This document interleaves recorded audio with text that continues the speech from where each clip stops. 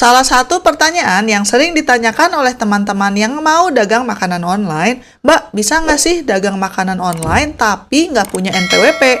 Nah, di video kali ini saya akan membahas platform mana yang tidak minta NPWP dan bagaimana cara mengurus NPWP secara online. Biar lengkap, yuk kita bahas sejumlah platform dan marketplace yang bisa dimanfaatkan untuk berjualan makanan online. Kita mulai dari GrabFood ya. Kalau kita masuk ke websitenya GrabFood, untuk menjadi mitra merchant, mereka mencantumkan persyaratan bahwa Anda harus punya NPWP sebelum bisa berjualan melalui platform mereka meskipun hanya bisnis rumahan. Kalau GoFood gimana, Mbak? Nah, kalau GoFood sekarang mereka bilang NPWP itu optional. Kalian hanya akan diminta NPWP kalau bisnisnya sudah memiliki tarif PB1 alias sudah terkena pajak restoran. Jadi, kalau masih bisnis rumahan yang kecil-kecilan, masih bisa tuh dagang di GoFood tanpa NPWP. Oke, selanjutnya mari kita bahas Shopee Food. Pada saat video ini dibuat, Shopee Food hanya meminta NPWP kalau bisnis kalian sudah besar dan terkena pajak restoran PB1. Kalau masih bisnis rumahan, masih bisa daftar tanpa NPWP. Nah, itu kan tadi Shopee Food. Kalau Shopee Marketplace-nya gimana? Ya, siapa tahu aja teman-teman di sini ada yang mau jualan makanan kering atau frozen food lewat Marketplace. Menurut websitenya, jualan di Shopee Marketplace juga tidak perlu NPWP. Mereka mintanya lebih kayak alamat email, nomor telepon, alamat dan jasa pengiriman, dan sebagainya. Kalau untuk Tokopedia, buat jadi penjual biasa tidak diminta NPWP. Tapi kalau kalian mau upgrade toko menjadi official store, maka akan diminta NPWP. Lalu Bukalapak juga sama ya, tidak minta NPWP. Selain itu, sosial media seperti Instagram, Facebook, TikTok juga bebas ya. Nggak perlu NPWP untuk daftar dan mulai berjualan. Ini ringkasannya ya, supaya informasinya jelas. Sebagai catatan, meskipun pas daftar tidak diminta NPWP, tapi marketplace dan platform delivery online bisa saja diminta datanya oleh pemerintah untuk memastikan penjual membayar pajak. Jadi ya, meskipun usahanya kecil-kecilan, sebaiknya dari awal surat-suratnya sudah lengkap supaya kalian dagangnya juga lebih tenang. Oke, sekarang mari kita bahas bagaimana caranya untuk mendaftar NPWP perorangan. Apa sih NPWP? Itu adalah singkatan dari nomor pokok wajib pajak. Ini adalah nomor identitas yang diberikan kepada orang atau pihak yang memenuhi kriteria wajib pajak. Tiap orang nomornya beda teman-teman.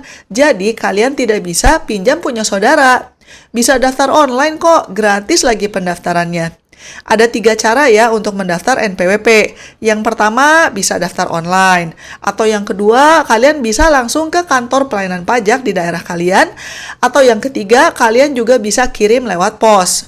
Ada 4 nih kategori pendaftaran nomor pokok wajib pajak orang pribadi, yaitu wajib pajak orang pribadi baik yang melakukan kegiatan usaha atau pekerjaan bebas alias freelance maupun yang tidak melakukan kegiatan usaha atau freelance. Ini contohnya ya, karyawan atau pegawai, pengusaha, freelancer, pedagang, dan sebagainya.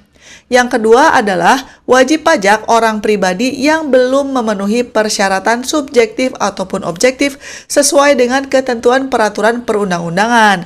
Ini contohnya aja ya, untuk teman-teman yang masih ngelamar-lamar kerja dan belum punya penghasilan, atau untuk mahasiswa, dan sebagainya. Apabila kalian sudah memiliki NPWP pribadi, lalu mendapatkan penghasilan yang berasal dari usaha atau pekerjaan bebas pada 1 atau lebih tempat usaha dan tempat tinggal wajib pajak, dan yang keempat adalah warisan belum terbagi. Dalam hal wajib pajak, orang pribadi yang meninggalkan warisan belum memiliki NPWP dan dari warisan tersebut diterima atau diperoleh penghasilan. Nah, untuk mengurus NPWP buat perorangan, berikut adalah dokumen yang dibutuhkan. Untuk teman-teman yang karyawan, ya butuh fotokopi KTP ya.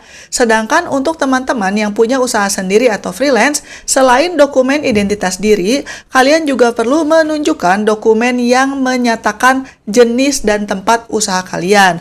Atau kalian juga bisa mendapatkan keterangan tertulis atau elektronik dari penyedia jasa aplikasi online yang merupakan mitra usaha wajib pajak. Abis gitu udah deh, kalian tinggal daftar online aja. Atau ya seperti tadi Mimin bilang ya, bisa juga ke kantor pelayanan pajak secara langsung ataupun kirim lewat pos. Gampang kan? Nah, untuk UMKM mulai dari Januari 2022, kalau omset kalian masih di bawah 500 juta, sebenarnya nggak kena pajak. Kena pajaknya itu untuk mereka yang omsetnya sudah di atas 500 juta per tahun. Ini biar lebih jelas lagi, Mimin kasih contoh ya. Nah, ini di contoh yang pertama. Katakanlah ada bisnis yang omsetnya per bulan 10 juta. Berarti per tahunnya sekitar 120 juta ya. Karena totalnya itu masih di bawah 500 juta, jadinya masih bebas pajak. Selanjutnya, di contoh yang kedua, katakanlah omset bisnisnya sudah 100 juta per bulan. Ini berarti setahun kan 1,2 miliar tuh.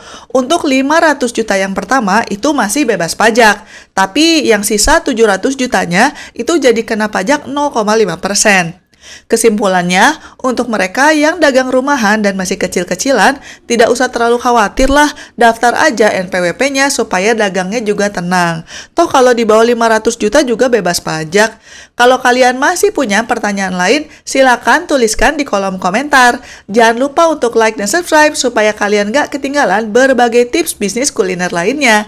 Sekian dulu episode kali ini dan selamat berjualan. Bye-bye.